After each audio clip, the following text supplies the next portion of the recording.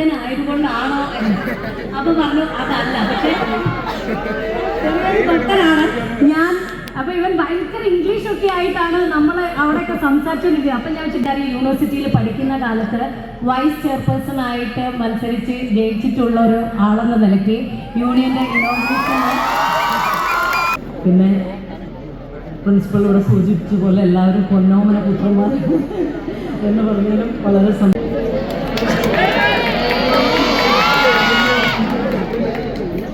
ഈ വർഷത്തെ college union ഉണ്ടായിരുന്ന ചടങ്ങിൽ പങ്കെടുക്കാൻ കഴിഞ്ഞതിൽ വളരെ സന്തോഷമുണ്ട്. അതും എൻ്റെ നാളെ റിലീസാവാൻ പോകുന്ന റൈഫിൾ ക്ലബിൻ്റെ ഭാഗമായിട്ട് നിങ്ങളെല്ലാവരും കൂടി ചെയ്യുന്നതിൽ അതിയായ സന്തോഷമുണ്ട്. എല്ലാവരും പടം കാണുക, എല്ലാവരും തിയേറ്ററിൽ പോയി പടം കാണുക. അതാണ് ഞങ്ങളുടെ ഇതിൻ്റെ ഒരു ഭാഗമായിട്ട് പറയാനുള്ളത്. എനിക്കതാണ്. പിന്നെ പ്രിൻസിപ്പൾ ഇവിടെ സൂചിപ്പിച്ച പോലെ എല്ലാവരും പൊന്നോമന പുത്രന്മാർ എന്ന് പറഞ്ഞാലും വളരെ സന്തോഷമുണ്ട്. കാലത്ത് ഇങ്ങനെ കേൾക്കുന്നത് തന്നെ വളരെ സന്തോഷമാണ്. അപ്പോൾ എല്ലാ കാര്യത്തിലും എല്ലാ തലത്തിലും വിജയം കൈവരിക്കട്ടെ എന്ന് പ്രാർത്ഥിച്ചുകൊണ്ട് താങ്ക് യു സോ മച്ച്. മികച്ച പോയ കാലങ്ങളിൽ മികച്ച നടിക്കുള്ള ദേശീയ പുരസ്കാരം നേടിയിട്ടുള്ള മലയാളത്തിൻ്റെ പ്രിയങ്കരയായിട്ടുള്ള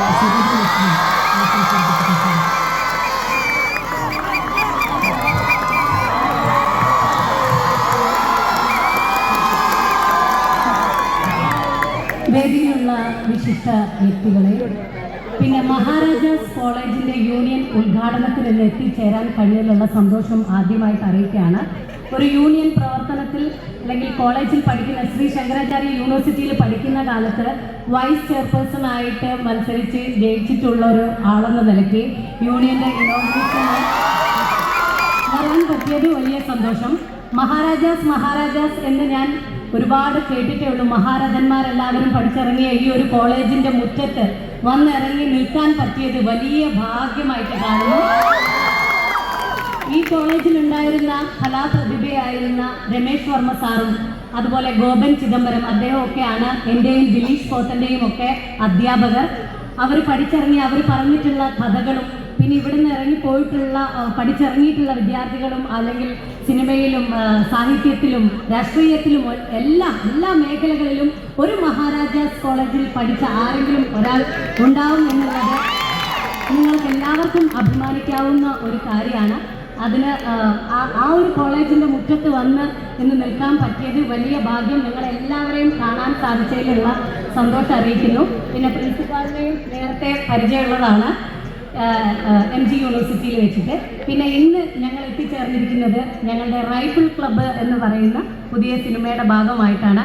അപ്പം നിങ്ങളെല്ലാവരും കാത്തിരിക്കുന്ന നമ്മുടെ ഹനുമാൻ കൈൻഡിൻ്റെ മികച്ച ഒരു പ്രകടനം നിങ്ങൾക്ക്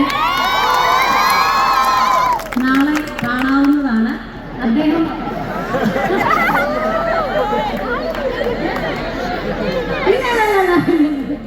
അതുപോലെ തന്നെ ദിലീഷ് പോത്തൻ, ഉണ്ണിമായ, ദർശന, റംസാൻ, നിങ്ങളെല്ലാവരുടെയും സൂപ്പർ സ്റ്റാർ, ഞങ്ങളുടെ സിനിമയുടെ സൂപ്പർ സ്റ്റാർ ആയിട്ടുള്ള വിനീതേട്ടൻ, നവനി, വിഷ്ണു തുടങ്ങി പിന്നെ എനിക്ക് പെട്ടെന്ന് കിട്ടുന്നില്ല. അതെ, ഹനുമാൻ കൈൻഡിനെ തന്നെ ഞാൻ ആദ്യം കണ്ടപ്പോൾ ഞാൻ ചോദിച്ചു, ഹനുമാൻ കൈൻഡിന് പേരിട്ട് നീ ഹനുമാൻ ഭക്തനായതുകൊണ്ടാണോ എന്ന്. അപ്പൊ പറഞ്ഞു അതല്ല, പക്ഷെ ഭക്തനാണ് ഞാൻ. അപ്പൊ ഇവൻ ഭയങ്കര ഇംഗ്ലീഷൊക്കെ ആയിട്ടാണ് നമ്മൾ അവിടെയൊക്കെ സംസാരിച്ചുകൊണ്ടിരിക്കുന്നത്. അപ്പൊ ഞാൻ വെച്ചാൽ ദൈവമേ ഇവനോട് എങ്ങനെ അടുക്കും. അതായത് മെല്ലെ ഞാനിങ്ങനെ പതുക്കെ ഇങ്ങനെ ചോദിച്ചു മനസ്സിലാക്കിയപ്പോൾ ഇവൻ പറഞ്ഞു, ഇല്ലേച്ചിയെ ഞാൻ കൊണ്ടോട്ടിക്കാരൻ സൂരജാണ്. അപ്പോൾ അത്ര പളുങ്ക് മനസ്സുള്ള ഹനുമാൻ കൈൻഡാണ് നമ്മളോടൊപ്പം ഉള്ളത്. അവസാനം അവൻ ടീഷർട്ട് ഊരിയ സമയത്ത് മേല് മുഴുവൻ പച്ച, അങ്ങനെ ഒരു പച്ച മനുഷ്യൻ കൂടിയാണ്.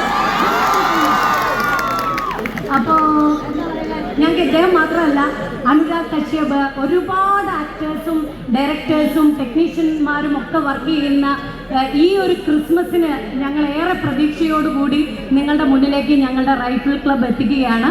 അപ്പം നാളെ നിങ്ങളെല്ലാവരും തിയേറ്ററിൽ പോയിട്ട് കാണണം, സിനിമയെ സപ്പോർട്ട് ചെയ്യണം, നിങ്ങളുടെ അഭിപ്രായങ്ങളെല്ലാം ഞങ്ങളെ അറിയിക്കണം. Thank you so much.